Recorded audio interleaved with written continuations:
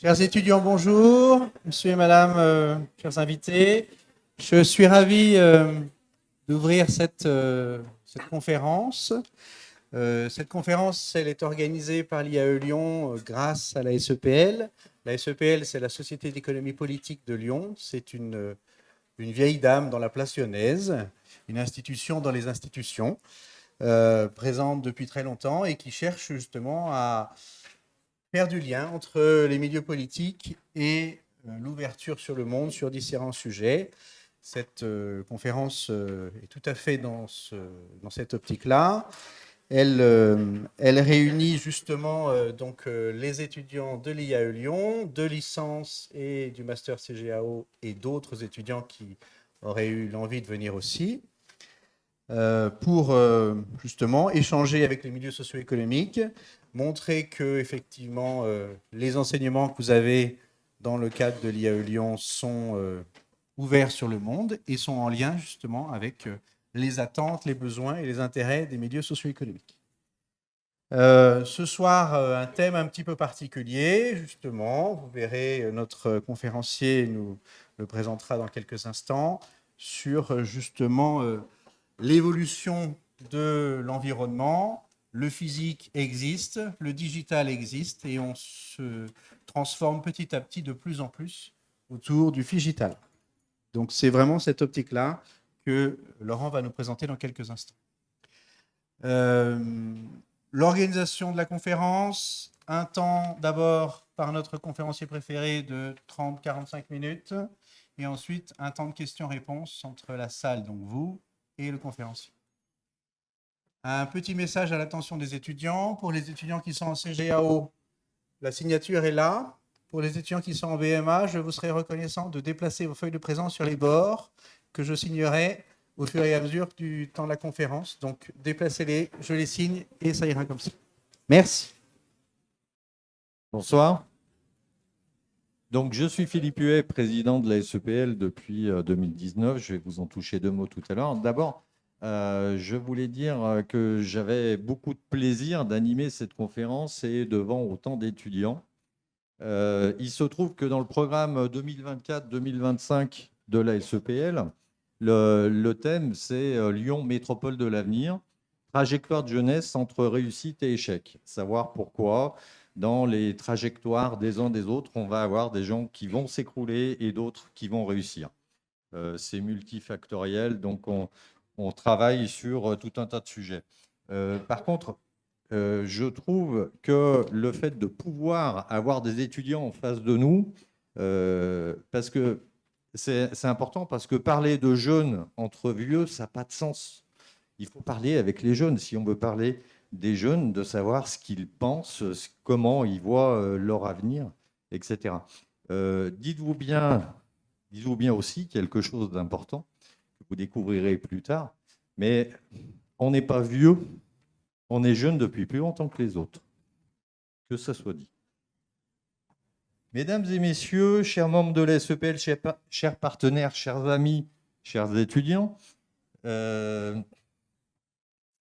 la SEPL, c'est un héritage intellectuel et un moteur de réflexion. La SEPL, c'est la Société d'économie politique et d'économie sociale de Lyon qui a été créée en 1866, en février, j'ai perdu la date exacte, donc il y a 159 ans. Elle a été créée par le fondateur du Crédit Lyonnais, Henri Germain, et par Arlès Dufour, un ex-président de la Chambre de commerce de l'époque. Ça a été créé sur les valeurs du saint-simonisme, donc je vais vous parler tout à l'heure. Les valeurs du saint-simonisme, la SEPL, c'est le premier think tank de l'histoire, en fait. C'est une société de libre expression et de pensée qui n'a pas de parti politique, puisque dans le sens d'économie politique, c'est pas une politique de droite, de gauche, du centre ou de quel que soit, c'est la politique de la ville, c'est la politique générale. Les valeurs du saint-simonisme, c'est le progrès par l'innovation technologique. On est, il y a quasiment 160 ans en arrière. Il prenait l'importance du développement industriel comme moteur de transformation sociale, soutenant que l'innovation devait servir l'ensemble de la société. Un deuxième principe clé du saint-simonisme, c'est la solidarité sociale. La prospérité ne peut être durable sans justice sociale, et Saint-Simon insistait sur la nécessité d'un partage équitable des fruits du progrès, avec une attention particulière portée aux classes les plus vulnérables. Ensuite, le troisième point, c'est le rôle des élites éclairées. Il voyait les entrepreneurs, les savants, les ingénieurs comme des leaders naturels, mais appelés à guider la société vers un avenir meilleur, non pas par la domination, mais par l'exemple de la société.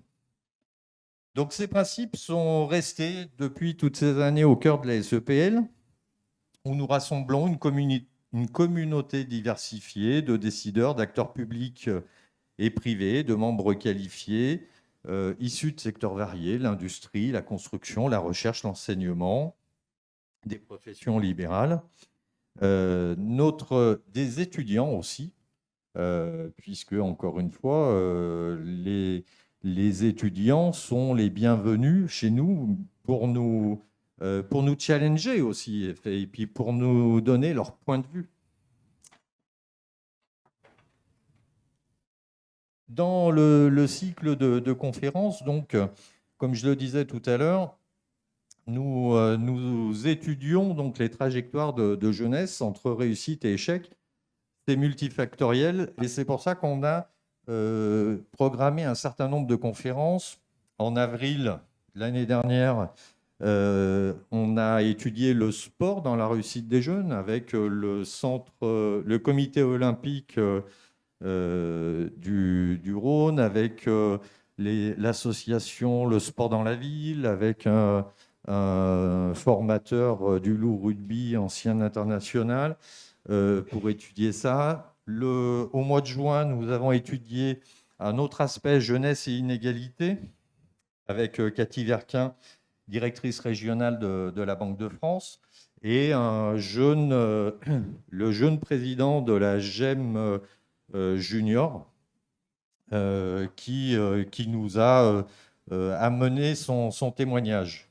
Le 27 novembre, à l'IAE, nous avons reçu Franck Maurice et Gilles Courtex, président du Franck Maurice TPME, Gilles Courtex MEDEF Rhône, qui ont étudié donc les jeunes leaders de demain. En décembre, nous avons fait un déjeuner-débat avec le directeur général d'Apicil, pour parler de l'écosystème de santé lyonnais. Et en février, nous avions fait une conférence jeunesse et engagement citoyen en explorant les valeurs et les motivations derrière l'engagement des jeunes. On avait fait intervenir Guillaume Cochet, qui est président notamment des cadets de la gendarmerie du Rhône et qui reçoit des jeunes qui, tout au long de l'année, à 16 ans, s'engagent dans une volonté de servir la société. Nadia Chelgoum, l'ancienne commissaire de police de Vaux-en-Velin dans les années 90, à l'époque des Mohamed Merah, etc., la première femme de commissaire de police principale, qui nous a expliqué son parcours. Dans le cadre de la conférence d'aujourd'hui, donc les nouveaux Transformers, l'ère leader à l'ère du numérique, nous nous intéressons à une transformation qui bouleverse les entreprises et nos modes de gouvernance, la digitalisation. On assiste à une accélération sans précédent des mutations technologiques, que ce soit l'intelligence artificielle, l'automatisation, la collecte et l'exploitation des données. Et ces évolutions modifient profondément la manière dont les entreprises fonctionnent et les compétences requises pour diriger efficacement. Dès lors, plusieurs questions se posent. Comment les entreprises doivent-elles évoluer pour devenir data-driven c'est-à-dire pilotée par la donnée, comment les futurs dirigeants peuvent se préparer à ce nouvel environnement et quelles sont les compétences indispensables pour demain. Alors, pour répondre à ces interrogations et nous éclairer sur ces enjeux, nous avons l'honneur d'accueillir Laurent Fiat, un acteur clé de cette transformation, cofondateur et président général de Visiative. Laurent Fiat, c'est un entrepreneur visionnaire qui a su intégrer la transformation digitale au cœur de la stratégie de développement de son entreprise. Visiative, pour ceux qui ne le connaissent pas, c'est aujourd'hui un acteur majeur de l'accompagnement des PME et des ETI dans la transformation vers l'innovation numérique, présent dans 14 pays, 1400 collaborateurs et plusieurs centaines de millions de chiffres d'affaires. Laurent Fiat, c'est un visionnaire et fervent défenseur de l'entreprise collaborative. Il prône une approche où l'innovation et l'interaction sont les moteurs de la création de valeur.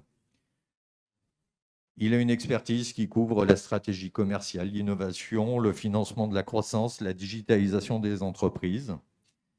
Et son engagement également, au-delà de son entreprise, est très forte sur l'écosystème entrepreneurial. Il est cofondateur de l'entreprise du futur, de Swarm, qui sont dédiés à l'innovation et à la modernisation industrielle.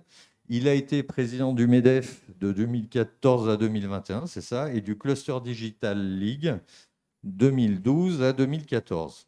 Il est également aujourd'hui président d'Auvergne-Rhône-Alpes Investissement, les fonds de la région. Il est convaincu de l'interaction et de l'ouverture à l'écosystème qui sont essentiels à la réussite des entreprises. Il incarne un leadership moderne, fondé sur l'innovation, la collaboration et l'impact technologique, tout en mettant en avant la rigueur.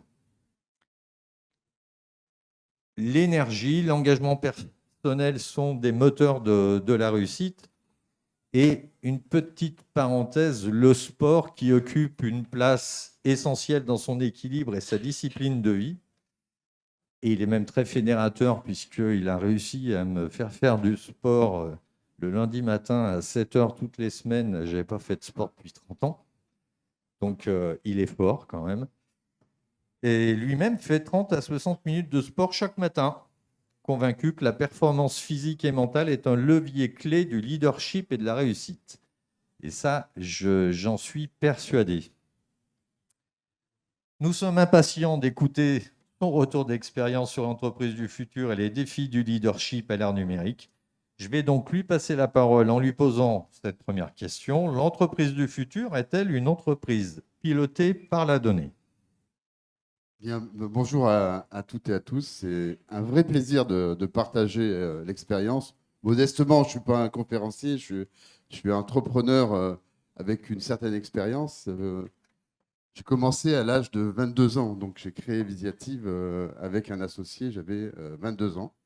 Donc ma plus grande fierté, c'est d'avoir embarqué pendant, pour ceux qui calculeront vite, vous verrez tout de suite mon âge, pendant 38 ans, une dynamique d'équipe avec des collaborateurs véritablement engagés.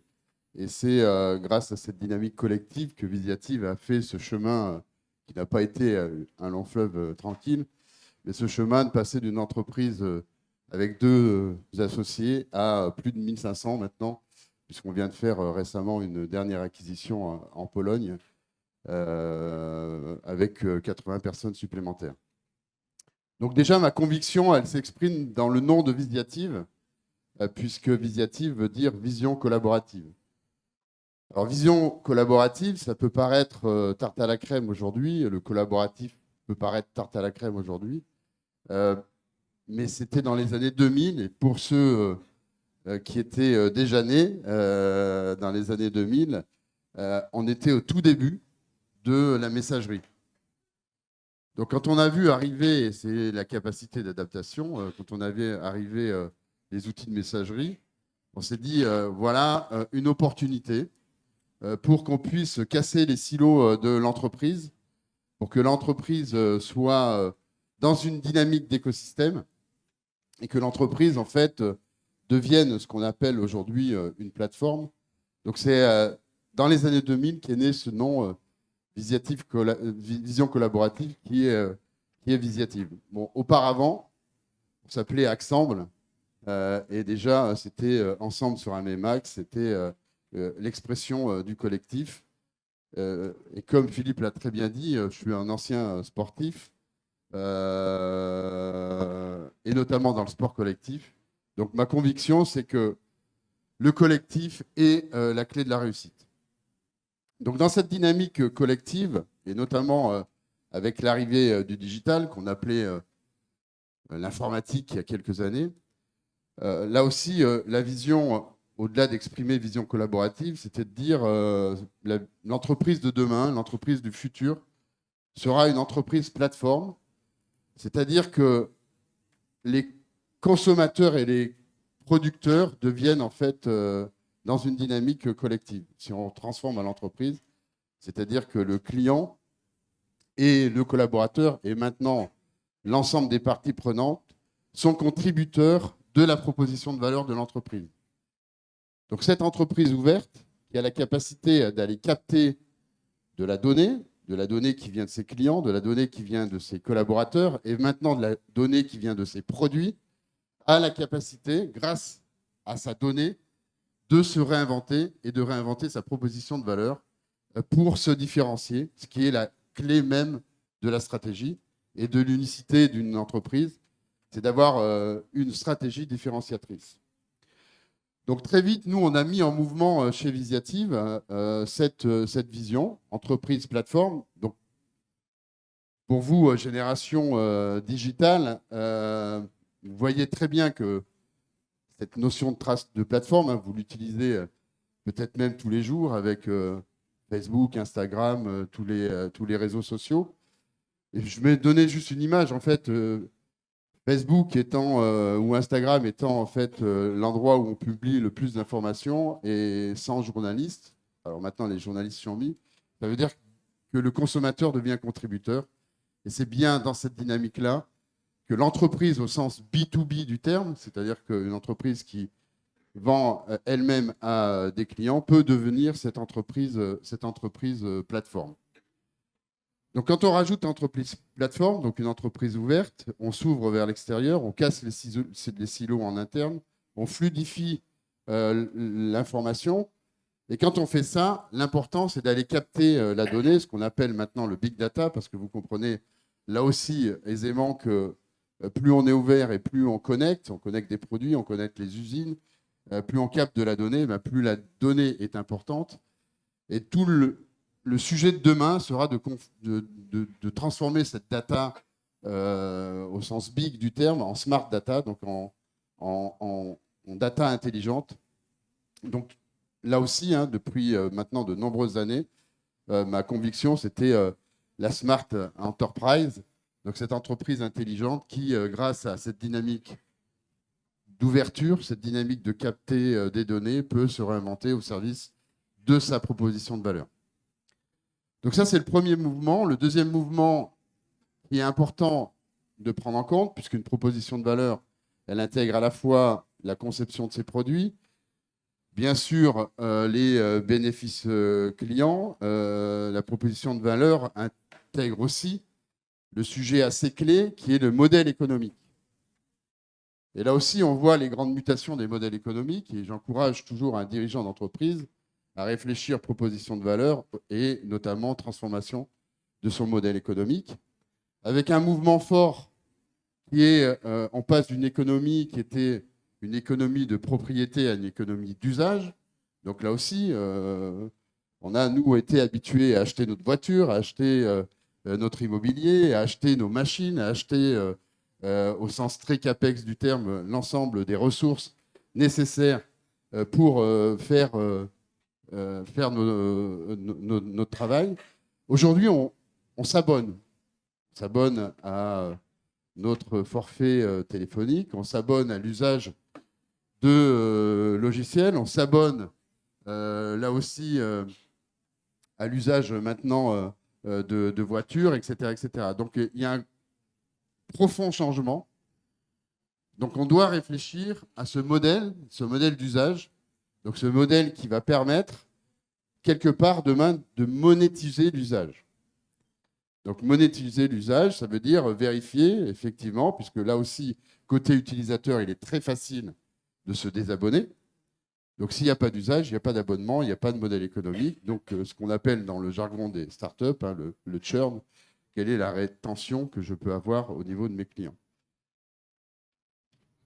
Donc tout ça est très darwinien, c'est-à-dire, et c'est ce qui se passe aujourd'hui dans l'automobile, hein, ce qui a anticipé Tesla, pour ne pas les citer, hein, qui est devenu plus un software qu'une voiture, et au sens usage du terme, donc pouvoir maîtriser l'usage de la voiture, et notamment aussi bien dans l'assistance, puisqu'on parle bientôt de voiture autonome, dans l'assistance de la conduite de la voiture, mais aussi dans son SAV, dans les mises à jour. Aujourd'hui, on met à jour sa voiture, en fait. Hein. Donc, on voit bien l'évolution de transformation qui est effectivement très darwinienne. Soit je me transforme, soit je disparais.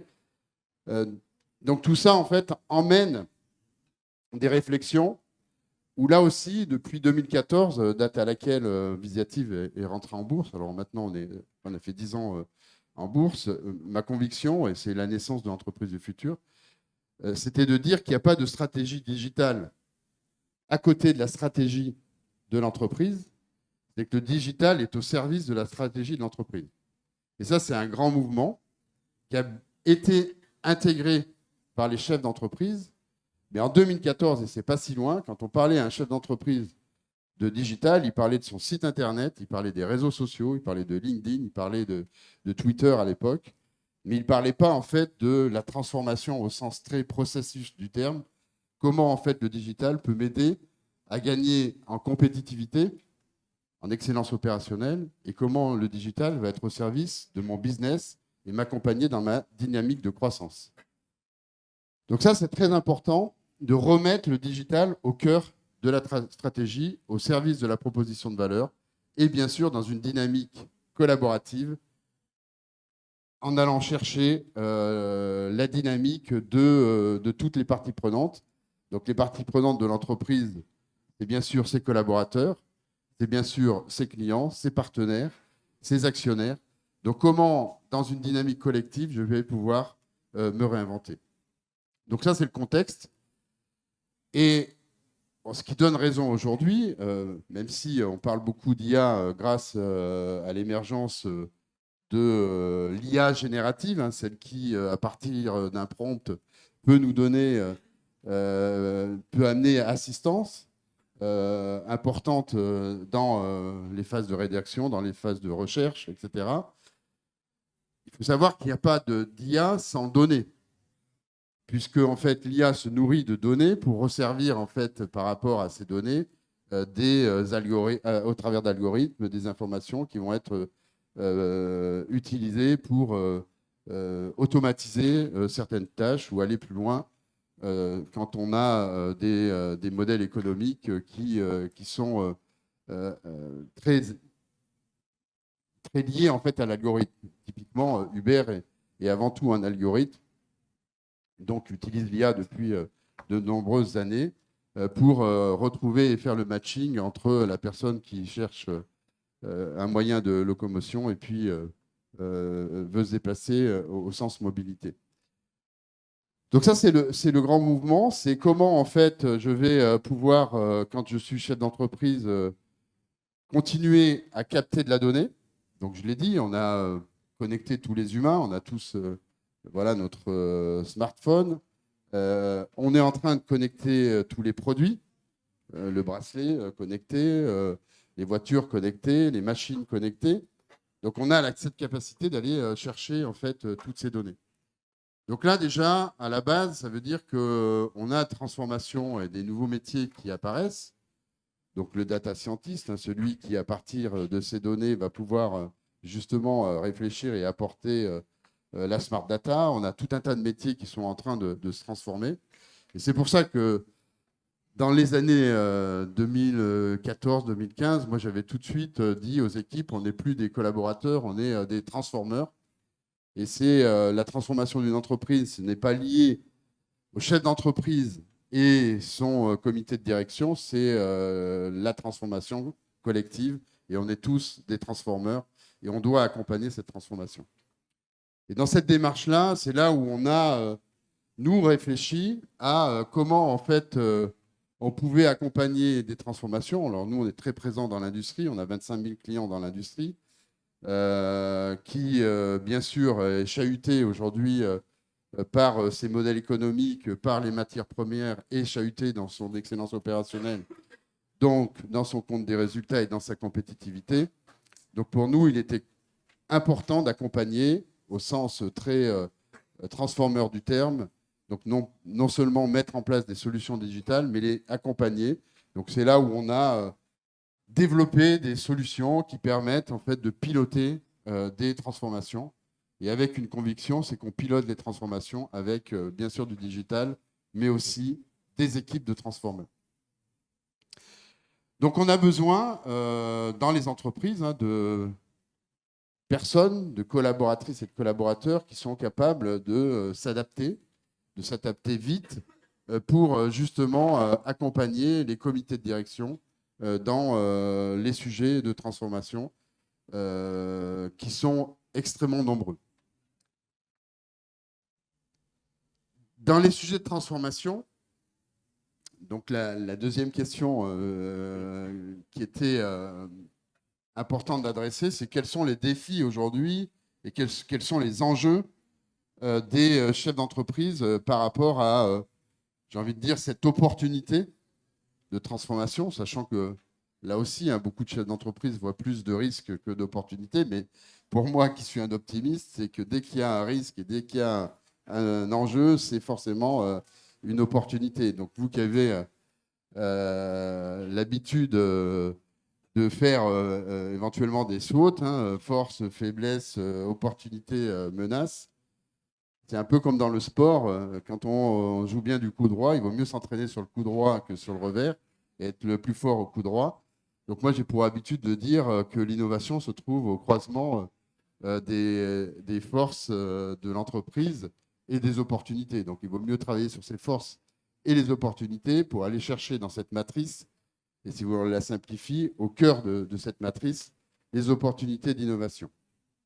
Donc dans ces opportunités d'innovation et de transformation, quels sont les défis? Donc en fait, ils sont bien sûr digitaux, ils sont environnementaux et ils sont sociaux. Donc là, donc ils sont nombreux et ils sont nombreux en plus dans un climat d'incertitude et de conjoncture économique qui est quand même dans un contexte de permacrise depuis le Covid. Enfin, Visative a traversé, je ne les ai pas comptés, mais je pense au moins 6-7 crises qui n'ont pas été de même ampleur. Mais la première qu'on a prise dans les années 2000, c'est l'éclatement de la bulle Internet. On est passé de 250 collaborateurs à une centaine de collaborateurs. On était obligé pour survivre. Donc on a voilà ce contexte de crise qui nous facilite pas la tâche pour innover. Donc innover est pour moi le sujet clé de l'entreprise. Donc l'innovation, et je l'ai dit en introduction, c'est à la fois une innovation digitale, mais c'est aussi une innovation dans le management, la pyramide inversée, ce que devrait faire d'ailleurs très largement notre État, c'est-à-dire de redonner de la puissance à la création de valeur, aux gens qui créent de la valeur, et puis un peu moins de puissance aux gens qui sont dans les strates intermédiaires, qui pensent bureaucratie et qui pensent processus. Donc en fait, c'est de renverser les sujets de management, d'organisation, de redonner de l'importance à la création de valeur, de redonner de l'importance à ceux qui sont dans l'entreprise au contact du client et justement de redéfinir une innovation au service de nos clients, comme on essaie de le faire au quotidien chez Visative. Donc le premier défi, c'est justement cette transformation digitale au service d'une proposition de valeur qui elle-même est en train de se modifier dans la dynamique qui nous interroge tous, qui est la dynamique de l'environnement. Donc là aussi, c'est l'opportunité, et ma conviction personnelle, vous pouvez l'imaginer, c'est qu'on sauvera la planète on sauvera l'humain sur la planète, parce que la planète n'a pas besoin de nous, au travers de l'innovation et de l'innovation technologique pour moins consommer, pour plus optimiser. Et Dieu sait si les sources de décarbonation sont fortes dans la dynamique industrielle. Puis après, il y a le sujet collectif. Et là, je vous l'avoue, pour moi, me perturbe au quotidien, c'est-à-dire le travail en remote, le télétravail, la connexion, comment en fait on est encore plus humain parce que le digital envahit les processus. Donc ma conviction personnelle, c'est que là aussi, plus il y a de digital, plus l'humain va s'affirmer. Et pour moi, l'humain qui s'affirme, c'est forcément, au-delà des compétences de ce qu'on apprend à l'école, ce qu'on apprend dans nos métiers, c'est notre capacité à s'adapter, donc les soft skills, c'est-à-dire être d'abord curieux. Avec un avantage que vous avez sur notre génération, c'est qu'aujourd'hui, on peut apprendre, j'ai envie de dire presque tout seul, ou on peut apprendre tout seul. On a les outils, et en l'occurrence Internet, pour apprendre tout seul. On a la capacité d'être encore plus créatif, justement avec l'assistance de l'IA, qui va justement nous permettre de réagir plus vite, d'être encore plus créatif. On a là aussi la capacité, grâce à la dynamique de communauté, donc là aussi je suis un fervent défenseur de la dynamique collective et donc de la dynamique de communauté. Entreprise du futur est une communauté de 19 000 dirigeants. On travaille, nous, aujourd'hui, sur un marketing qui est plus un marketing de communauté versus un marketing fonctionnel, au sens produit du terme. Donc là aussi, on a la capacité de nous exprimer au sens collectif du terme, donc interaction humaine. Et c'est là, personnellement, j'ai un peu de mal à avoir l'interaction humaine dans une dynamique de remote. Je suis un fervent défenseur, bien sûr, du remote au sens travail à distance pour nous simplifier la vie. Je vous donne juste un exemple. Personnellement, j'étais tous les samedis matins à l'entreprise parce qu'on ne pouvait pas se connecter au système d'information au-delà des murs de l'entreprise. Donc aujourd'hui, je suis le premier heureux de pouvoir travailler comme mes samedis matins passés, chez moi, derrière mon PC et en remote. En revanche, dans la dynamique, et ça c'est ma façon d'être sur le terrain, dans ma dynamique du quotidien, je suis majoritairement en interaction. Et je ne suis pas en interaction avec mon PC, je suis en interaction avec l'humain. Donc là, pour moi, le sujet qui va être assez clé quand même dans les années à venir, c'est comment on redonne de l'interaction humaine dans un état d'esprit collectif pour aller chercher les défis futurs. Et enfin, le dernier sujet qui, pour moi, est important dans ces soft skills, c'est le sens de l'objectif, le sens de l'engagement, le sens du résultat. Un peu comme dans le sport, on s'entraîne pour, bien sûr, s'épanouir sur un terrain, mais on aime bien aussi cet esprit de gagner et on est là pour un objectif de résultat. Donc tout ça doit s'affirmer dans un projet qui se donne du sens au sens embarqué, engagé, et engagé, j'ai envie de dire, là aussi pour rebondir sur l'entreprise plateforme, l'ensemble des parties prenantes et de s'affirmer au sens collectif et conviction.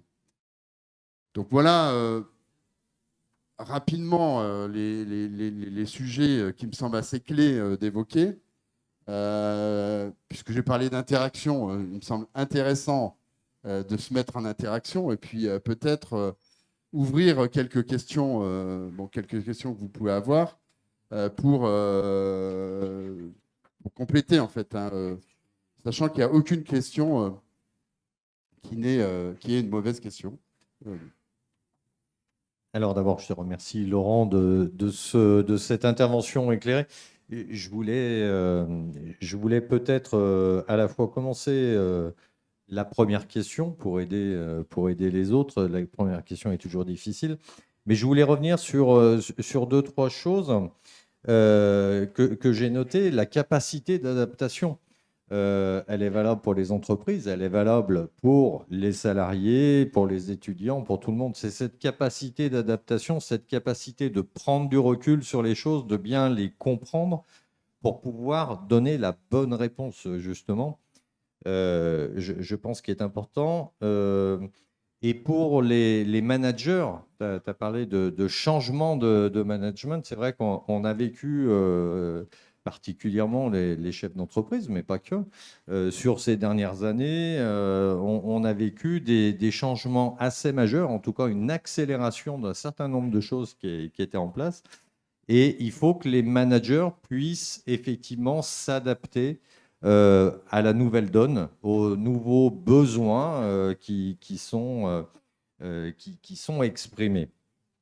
L'usage et la propriété, c'est quelque chose qui est très intéressant. En fait, souvent, moi je dis, il faut se poser la question, est-ce que j'ai envie de posséder ou est-ce que j'ai envie d'utiliser? Parce qu'on peut très bien avoir l'un ou l'autre. On n'est pas obligé de posséder pour utiliser. On peut utiliser sans posséder ou posséder sans utiliser. La dernière chose sur l'IA qui fait tant parler. Un jour, j'avais une discussion avec quelqu'un qui m'a fait une remarque qui est très pertinente et où je pense c'est une des clés. L'IA, c'est pas quelque chose qui remplace l'être humain. C'est un outil qui aide l'être humain à être plus efficace, à aller plus loin, à aller plus rapidement. Moi, je me souviens de la conférence de Flavien Chervet, qui est un spécialiste de l'IA et qui disait, en fait, je ne suis pas plus intelligent depuis que j'utilise l'IA, je suis simplement, je travaille, enfin, je produis 6 fois plus. Je travaille toujours autant, mais grâce à l'IA, en fait, je vais beaucoup plus vite, beaucoup plus loin.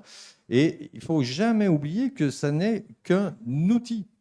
Ça n'est d'ailleurs que des bases de données, bien évidemment, et ça, c'est important. Moi, je voulais te poser cette première question, la capacité d'adaptation, les compétences. Si tu peux rentrer un petit peu plus dans le détail, comment je fais? Ok, il faut que j'ai une capacité d'adaptation. Je suis étudiant, je suis manager, je suis chef d'entreprise, je suis salarié. Comment je peux trouver cette capacité d'adaptation? Comment je fais? Alors, je n'ai pas forcément de recette miracle sur la capacité d'adaptation, hein. Bon, il est clair que là aussi, hein, le monde change vite, donc il faut être capable de s'adapter. Et l'adaptation et la capacité d'adapter, c'est quand même le début de l'intelligence au sens être capable de répondre à un contexte. J'ai juste peut-être partagé l'expérience de capacité d'adaptation, y compris des équipes chez Visiative, et notamment de vous donner un peu le parcours qu'on a justement exécuté de manière quand même formidable. Je vais vous donner quelques exemples. En 2014, Visiative, c'était 50 millions. C'était 5% à l'international. Et c'était une ambition, un plan stratégique. Donc déjà, quand on dit capacité d'adaptation, c'est de savoir d'où on vient pour mieux construire où on va. Donc c'est de pouvoir affirmer, partager dans le collectif un plan stratégique qui a amené le groupe de 50 millions à 100 millions, donc avec un plan qui était audacieux, hein, qui s'est d'ailleurs appelé ODO 2017. Et on est passé à 100 millions en 2016, donc avec un an d'avance. Et là, comme je dis toujours, il y avait ceux qui étaient dans le bus et qui étaient avec moi dans le même sens. Il y avait ceux qui étaient dans le bus mais qui étaient perdus et qui étaient dans l'autre sens et qui couraient un peu partout. Et puis il y avait ceux qui étaient en dehors du bus. Donc là, quand j'ai affirmé le plan stratégique supplémentaire qui s'appelait Next 100 et qui affirmait aussi qu'en 3 ans, on allait doubler de taille, pour passer de 50 millions de 100 millions pardon, à 200 millions. Là aussi, j'ai été obligé de changer une grosse partie de mon comité de direction. Alors, ils ne sont pas forcément partie de l'entreprise. Donc, ça aussi, ça me tenait à cœur d'affirmer que, voilà, comme dans le sport, on change de ligue, on change de division, on doit garder notre âme et parfois, pour que le collectif l'emporte, on doit changer les joueurs et on doit changer de poste certains joueurs. Donc pour moi, il n'y a jamais de mauvais joueurs, il y a souvent des joueurs qui sont au mauvais poste. Donc ça c'est juste pour affirmer, et il n'y a pas de remède, c'est de se dire où est-ce que je suis bon, où est-ce que je peux apporter de la valeur et où est-ce que je me sens bien dans une dynamique d'équipe. Donc on a réussi toujours avec un an d'avance et là aussi on a refait un autre plan stratégique qui n'avait plus du tout la même dimension. Que là, on était, vous l'avez compris, dans une stratégie de croissance. Donc, j'avais besoin de collaborateurs qui nous amenaient dans une dynamique de croissance, de développement à l'international. On a fait une vingtaine d'acquisitions. Donc, on était là aussi dans les besoins de faire de la croissance externe. Mais là, en fait, on avait besoin de reconstruire des fondations pour être encore plus fort demain. Donc, capacité d'adaptation. On a fait rentrer des nouvelles équipes, des équipes avec de nombreuses nouvelles personnes, des nouvelles personnes qui arrivaient de cultures différentes. Donc, on a appelé ce plan Catalyst. Et là, en fait, on avait un plan de reconstruction des fondations pour mieux rebondir. Donc, ce plan, il était plutôt basé sur l'excellence opérationnelle, ce qui concrétise au niveau finance à ce qu'on appelle l'EBITDA. Donc, là aussi, on avait affirmé clairement, parce que j'aime bien les indicateurs mesurables et physique, et là, en l'occurrence, en termes de chiffres. Là aussi, on l'a fait avec un an d'avance. Et ce qui nous permet aujourd'hui d'avoir un nouveau plan qui s'appelle Shift 5, qui est un nouveau plan qui est très ambitieux, c'est pour ça qu'il est sur 5 ans, qui a pour objectif de transformer nos modèles économiques, donc qui est très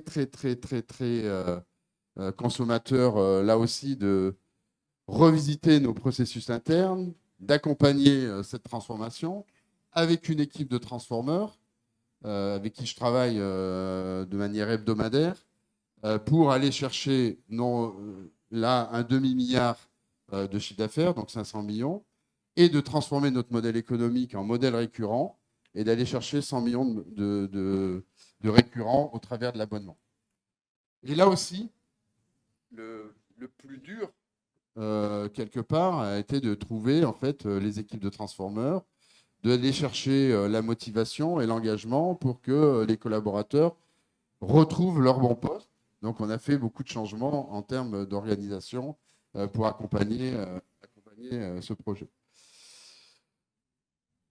Donc, dans ce contexte d'un monde qui bouge extrêmement vite, des compétiteurs qui bougent aussi extrêmement vite, on est dans l'obligation, et moi je ne me lève pas un matin sans me poser la question de savoir ce que je dois réinventer, particulièrement dans le modèle économique, et qu'est-ce que je peux inventer comme service à la demande, adapté à ce changement. Et là aussi, on est obligé d'aller chercher des métiers complémentaires, des nouvelles ressources, de la capacité à mettre de l'IA, j'ai envie de dire, un peu de partout, puisque l'IA, il faut vraiment prendre en compte que c'est au service des produits, c'est au service de l'organisation d'une entreprise, c'est au service, tu l'as très bien dit, de chacun d'entre nous. pour éliminer les tâches fastidieuses, pour gagner en performance. Et là aussi, encore une fois, accélérer la digitalisation de nos entreprises. Donc voilà pour cette question. Donc je n'ai pas de recette miracle, si ce n'est que de revenir sur les sujets que j'ai évoqués, hein, être curieux, être créatif, être dans l'interaction et avoir le sens de l'objectif. Et à l'écoute, puisque effectivement, là aussi, hein, c'est l'écoute. Nous, on ne serait jamais Visiative sans avoir écouté nos clients. Et ma plus grande fierté, c'est que nos clients historiques, ceux qui ont été nos premiers clients, sont toujours nos clients 38 ans plus tard. Bonsoir. Donc, merci pour cette conférence qui est très intéressante. Alors, c'est vrai, vous avez dit tout à l'heure par rapport justement à l'IA qui va venir pour transformer nos métiers, pour avoir plus de flexibilité et de productivité. Mais aujourd'hui aussi, on se rend compte que certes, il y a la productivité, mais il y a aussi un vrai risque sur nos métiers. Donc, il y a quand même certains métiers qui vont aussi disparaître. Prenons un exemple, clerc de notaire, par exemple. C'est un métier qui peut être totalement, qui va peut-être disparaître par l'IA, que ce soit sur des métiers à faible valeur ajoutée, mais aussi à forte valeur ajoutée, comme le radiologue, par exemple, sur lequel, aujourd'hui, il peut s'appuyer sur l'IA pour détecter, par exemple, des cancers ou autres. Donc, je pense effectivement que tous les métiers vont être impactés. Certains vont être mais aussi d'autres vont disparaître. La question aujourd'hui, je pense, sur laquelle nous vivons aujourd'hui en entreprise, de quelles compétences on a besoin. Donc, c'est peut-être pas une question ou même une réflexion. Aujourd'hui, les entreprises, elles se posent de vraies questions sur leur recrutement. Comment accompagner l'IA au service du coup de la transformation, mais aussi de quoi nous avons besoin. Donc, est-ce que vous avez aussi des questions là-dessus? Merci. Très bonne question. Déjà, sur le sujet, les métiers vont disparaître. Ma conviction, je l'ai dit, c'est darwinien. Il faut se transformer, sinon, effectivement, on va disparaître. Donc, ma conviction, c'est que les métiers vont se transformer. Vont se transformer avec, là aussi, l'élimination des tâches fastidieuses sur tous les métiers que vous avez évoqués.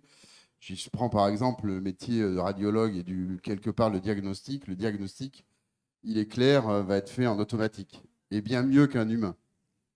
Ça, c'est ma conviction. C'est-à-dire que forcément, tous les sujets qui consistent à capter de la donnée, analyser de la donnée et restituer cette donnée au service d'un plan d'action, là, ma conviction, c'est qu'effectivement, ça va forcément s'automatiser grâce à l'IA et ça va être encore plus pertinent grâce à l'IA.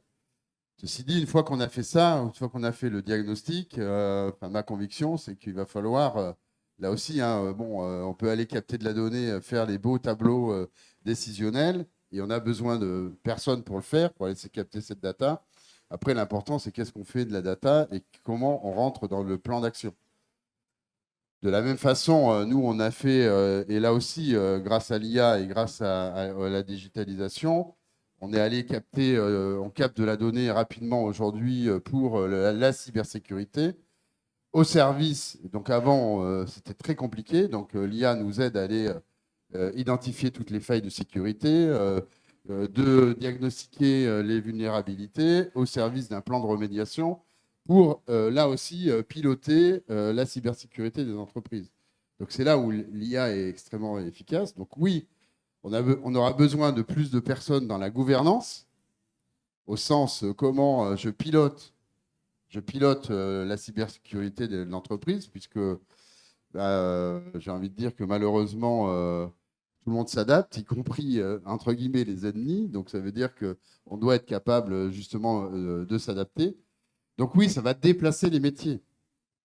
Après, c'est vrai que je vais prendre le métier d'expert comptable. Le métier d'expert comptable et ce qu'on attend d'un métier d'un expert comptable, moi quand je les vois arriver, je les voyais arriver hier avec 2 valises à 10 personnes pour faire des tableurs Excel, je me dis que s'ils ne se réinventent pas sur ce sujet-là, ça va être compliqué. Moi, ce que j'attends de mon expert comptable, c'est qu'à partir du moment où il a capté les chiffres et qu'il m'a fait mon compte de résultat, qui m'accompagne dans la stratégie de croissance de mon entreprise et qui soit au service de ce plan d'action. Donc oui, ceux qui vont rester derrière les tableurs Excel et qui vont rester à rédiger des contrats juridiques, etc., ça va être très compliqué. Donc c'est là où je vous dis, faut sortir des PC. On a besoin des PC, mais on a surtout besoin d'interaction pour pouvoir grandir, en fait.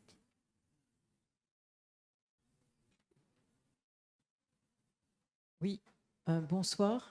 En fait, j'aimerais bien que vous précisiez exactement l'activité de l'entreprise, parce que je ne suis pas sûre que les étudiants aient bien compris quelle était concrètement l'activité de votre entreprise. Ça, c'est une première question. Et une deuxième question, c'est, moi j'ai l'habitude de dire aux étudiants, je suis maître de conférence ici, que le dirigeant est un joueur de poker. C'est-à-dire qu'il va prendre des décisions sur l'avenir, il ne sait pas si ça va marcher ou si ça ne va pas marcher, il y va un peu au bluff, à l'intuition et un peu à la compétence aussi. Enfin, en tout cas, on espère. Et la deuxième question, c'est, vous, est-ce que vous avez le sentiment parfois d'avoir joué au poker? Et deuxièmement, enfin, si c'est le cas, est-ce qu'il y a une décision dont vous êtes particulièrement fier, heureux en termes d'innovation par rapport à justement ce coup de poker qui aurait marché? Merci. Intéressante votre question. Je ne suis surtout pas un joueur de poker. J'aime pas ça du tout et j'aime bien prendre le micro. mesurer. On entend pas le micro. Oui. Oui, désolé. Oui, je disais, je suis pas un joueur de poker, je sais pas jouer, je sais pas être menteur. Donc, première question sur Visiative. Donc, c'est vrai que je ne l'ai pas précisé. Nous, notre métier, c'est d'accompagner la transformation digitale des entreprises et notamment des entreprises industrielles. Donc, qu'est-ce que ça veut dire? C'est qu'on a développé des logiciels qui permettent d'accompagner. Mais on est surtout en fait, on fournit des conseils, des solutions et des connexions. Ça, c'est voilà. Et avec notre motto qui est Sharing is Growing. Ça veut dire quoi? Ça veut dire qu'on se met à côté des dirigeants d'entreprise, on fait de l'acculturation du digital, on essaye de mettre le digital dans la stratégie, on accompagne le cap de l'entreprise au sens 2-3 ans du terme pour aller chercher cette transformation et on recommande les solutions à mettre en place au sens priorité par rapport au plan stratégique de l'entreprise. Donc on est dans une phase, entre guillemets, de diagnostic, de conseil et d'exécution, c'est-à-dire qu'on n'est pas des consultants qui fournissent à la fin du PowerPoint, on est des consultants qui exécutent ce que l'on doit mettre en place dans l'entreprise pour qu'elle progresse. Donc nos compétences, c'est le jumeau numérique, donc la conception 3D. On est partenaire historique de Dassault Systèmes.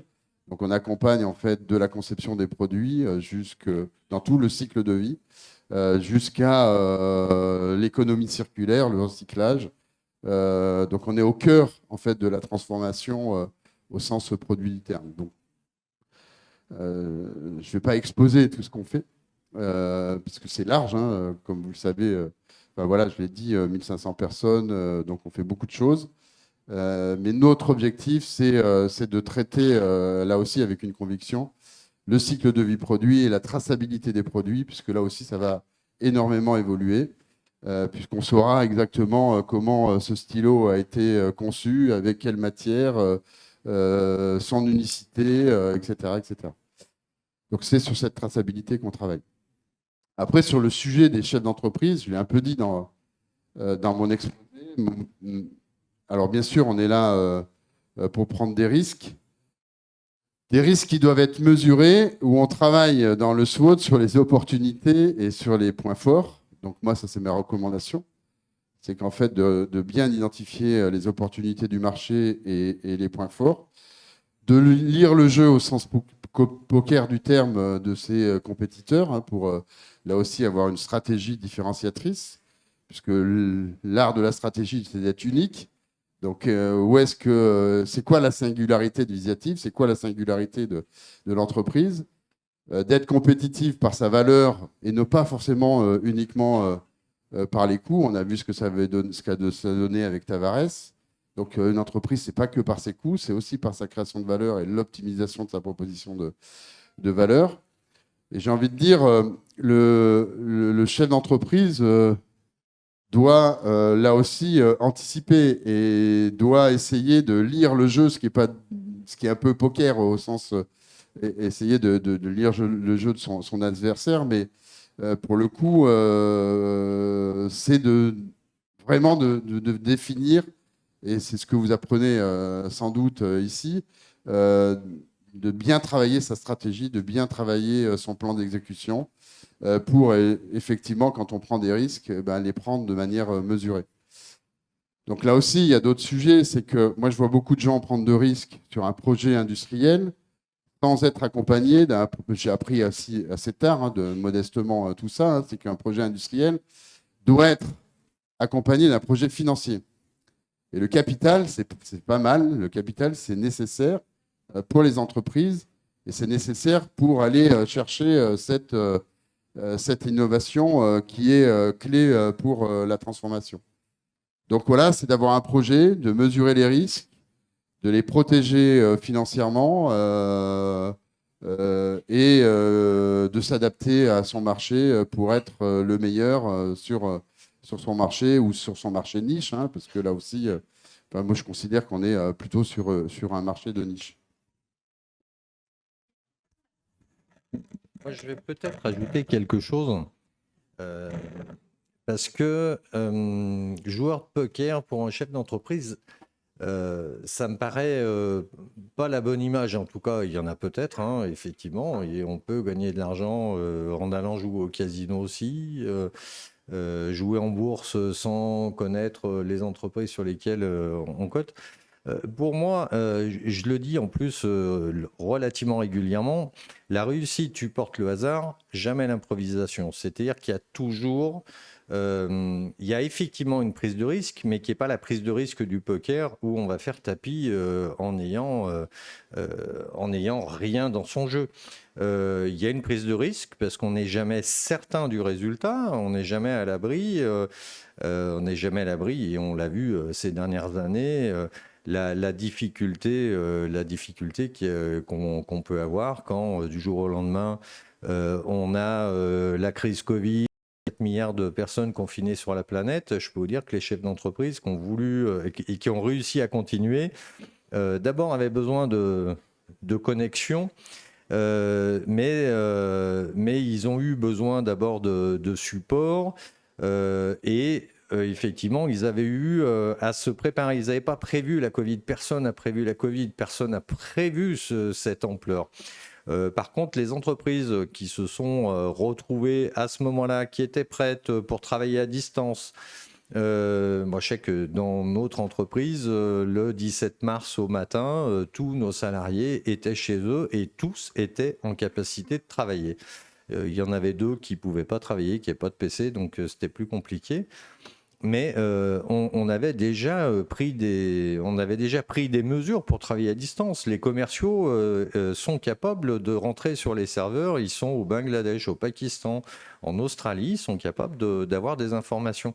Tout se prépare. Ce qui manquait, c'était le financement. Macron l'a fait, c'est-à-dire que il a ouvert les vannes, même s'il y a des effets, on va dire. Il y a eu des effets. Malgré tout, c'était ce qu'il fallait faire parce que c'était ce qui pouvait manquer aux entreprises que d'être certain d'avoir la finance qui suive derrière. Mais je ne pense pas que le chef d'entreprise, on peut, en tout cas pas cette image du joueur poker qui fait all-in en bluffant en disant ça passe ou ça casse. Enfin, c'est impossible à mon sens. Bonsoir. Moi, j'avais une question plutôt je voulais savoir ce que vous diriez aux personnes qui sont plutôt réfractaires justement à cette digitalisation, et notamment aux universités qui ont un peu du mal à accepter que les étudiants, comme nous, ils utilisent l'IA. Je pense. Moi, j'encourage tout le monde à utiliser l'IA. C'est comme si on disait aujourd'hui, pour faire une recherche, je n'utilise pas Google, quoi. Donc après, il faut faire attention aux hallucinations de l'IA. Il faut bien évidemment, si on prend l'IA et qu'on retranscrit exactement ce que l'IA nous a donné, voilà, c'est pour le coup, là, il n'y a plus d'humain, donc ça ne sert plus à rien. Moi, j'encourage vraiment à utiliser l'IA parce que déjà, encore une fois, personnellement, je l'utilise tous les jours. Hein, donc voilà, j'utilise tous les jours l'IA pour m'aider à remettre de l'ordre dans mes idées. Parce que ChatGPT fait, pour pas le citer, fait bien mieux ça que moi. Par contre, je ne travaille pas au sens fournir un résultat avec de l'IA. Donc c'est un assistant qui me permet d'aller plus vite pour classer mes idées, qui me permet plus vite pour ouvrir des espaces créatifs. Par contre, je ne fais pas du copier-coller. Là, je suis complètement d'accord de dire je prends du copier-coller de ce que me sort Google ou ChatGPT et je le refournis. Donc, on devrait apprendre justement à travailler avec l'IA au sens positif du terme, en disant voilà comment en fait je peux optimiser mon temps et optimiser le résultat grâce à l'IA pour être encore plus performant. C'est ma conviction personnelle. Moi, j'encourage mes enfants à utiliser l'IA parce que c'est extrêmement pertinent pour le socle. Comme tout progrès, l'IA est un outil très puissant, donc qui par contre faut apprendre à maîtriser et ne pas faire une confiance aveugle. Effectivement, ChatGPT est capable d'inventer des choses. Donc, vous pouvez vous faire aider. En fait, c'est un assistant qui va falloir malgré tout contrôler, ne pas croire sur parole. Il va vous dire quelque chose, vérifier si ça concorde avec ce que tout le monde pense, etc. C'est un outil, encore une fois. Et justement, l'erreur de cet outil, c'est de lui faire une confiance aveugle et de faire un copier-coller. Enfin, voilà, mais il faut l'utiliser à fond. Sûr ? Oui, oui, oui. J'ai pas entendu. Les biais. Les biais de l'IA, forcément, là aussi, il faut bien apprendre comment ça fonctionne. C'est-à-dire que ça fonctionne avec les données dont l'IA est nourrie. Donc forcément, il y a des biais de l'IA qu'il faut là aussi identifier. Mais c'est un outil, il faut vraiment l'utiliser. Ça fait gagner un temps monstrueux. Un compte-rendu de réunion, une recherche et une mise en page d'une stratégie, effectivement, comme l'expliquait Laurent Fiard, ça vous permet de gagner un temps monstrueux. En un quart d'heure, vous avez structuré une pensée avec vos informations, vous le guidez. Et alors, pour les paranos, effectivement, c'est vrai qu'on constate, moi aussi je l'utilise très régulièrement, ChatGPT me connaît. Je n'ai pas besoin de lui situer le contexte. Il connaît déjà, il sait qui je suis, il sait comment je pense, etc. Donc, effectivement, ça, faut pas être parano, parce que si on est parano, on coupe tout. Mais là aussi, ça peut être dangereux, parce que si quelqu'un prend connaissance, il sait tout ce que je pense. Il sait qui je suis, ce que je fais, comment je pense, quelles sont mes idées, mes réflexions, etc. Donc, voilà. Mais c'est un outil, comme je dirais, comme la voiture est un super outil, mais elle fabrique des obèses. Si vous allez chercher votre pain en voiture, que vous marchez plus, voilà, c'est dangereux. Tout est dangereux. Une bombe nucléaire, c'est dangereux. Mais le nucléaire nous permet aujourd'hui, en tout cas c'est le concept aujourd'hui, de nous sauver de réduire l'empreinte carbone. Mais une bombe nucléaire, ça fait des dégâts. Donc voilà, tout ce qui est puissant est dangereux. Il faut apprendre à le maîtriser et à faire attention à ce qu'on en fait, effectivement. Il y a une autre question. Bonsoir. Oui. Ouais, j'avais une petite question qui n'est pas directement liée à l'IA. Ouais. C'était surtout pour avoir un petit parallèle sur votre parcours. J'ai 22 ans aujourd'hui.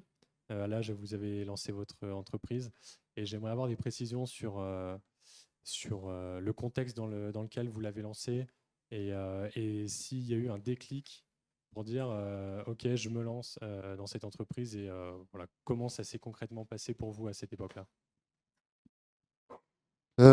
Comment ça s'est passé? Enfin, il est clair que j'avais cette envie d'entreprendre, alors que je ne viens pas du tout d'une famille d'entrepreneurs, si ce n'est que des oncles qui étaient entrepreneurs. Mais voilà, mon père était fonctionnaire postier. Donc, il m'avait fortement encouragé de rentrer à l'EDF, concours que j'avais réussi brillamment avec quelques années d'avance.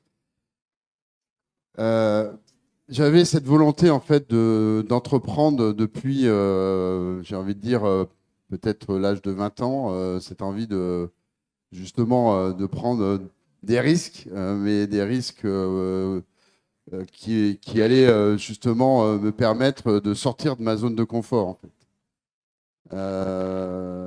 Donc ça s'est fait progressivement, hein, puisqu'en fait, bon, on se lance, on crée son entreprise.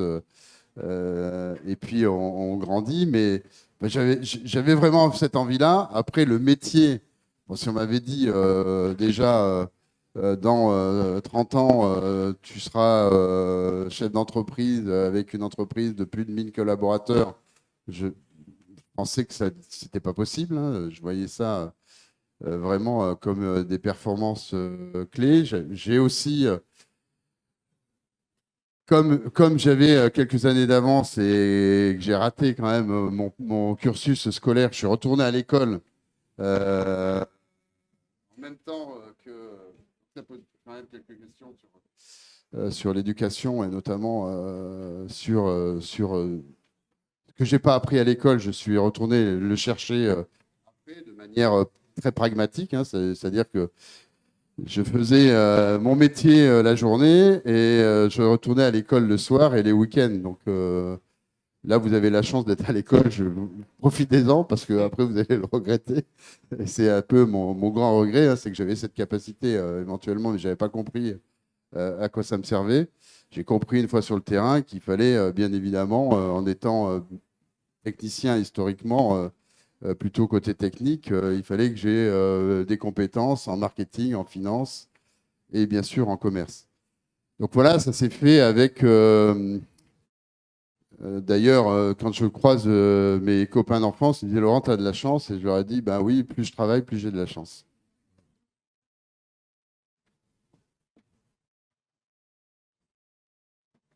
S'il n'y a pas d'autres questions, on va passer à notre conclusion. Oui. Je vais prendre le micro. Oui. Plus de questions, vous êtes sûr? Donc, Laurent, bah, écoute, je te remercie de nous avoir apporté ta vision, ton éclairage. Je vous remercie d'avoir écouté Laurent Fiard et j'espère que vous allez en avoir en retirer des choses pour votre expérience. Profitez, comme a dit Laurent. Merci.